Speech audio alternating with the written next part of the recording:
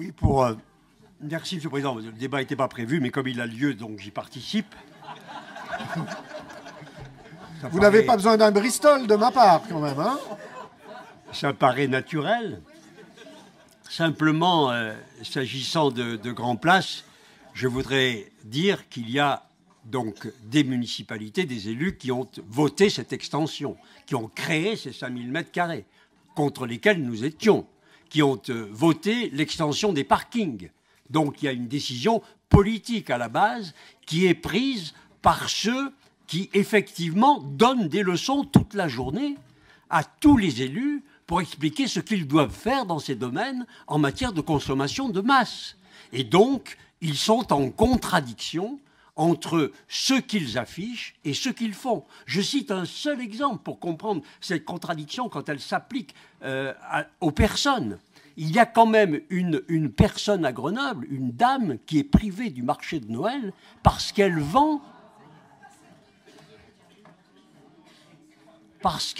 des pierres naturelles dont certaines viennent hors du territoire. Pour bien comprendre, par contre, Primark, société irlandaise, a la capacité de s'installer à Grand Place grâce à l'extension décidée par la ville de Grenoble. Vous n'allez quand même pas me dire que ce sont des contradictions qu'il convient de souligner qui font que les plus faibles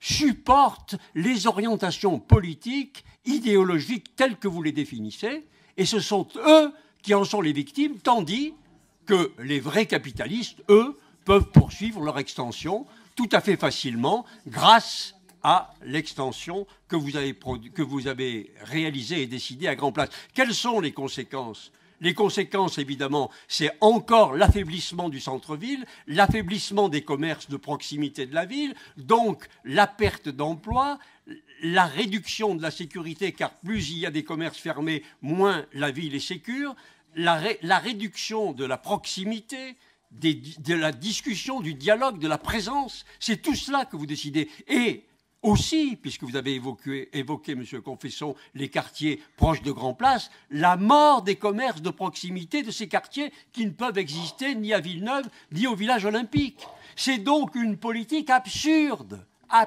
que vous conduisez. Et les foules qu'on a vues hier, effectivement, qui faisaient la queue pour se jeter sur ces vêtements produits à l'étranger dans des conditions sociales, environnementales, que évidemment, vous ne contrôlez pas, alors que vous affirmez sans cesse que c'est ce qu'il faudrait faire, eh bien, pour moi, c'est une honte par rapport à vos affirmations politiques et à vos décisions, et il est bon qu'on le souligne ici.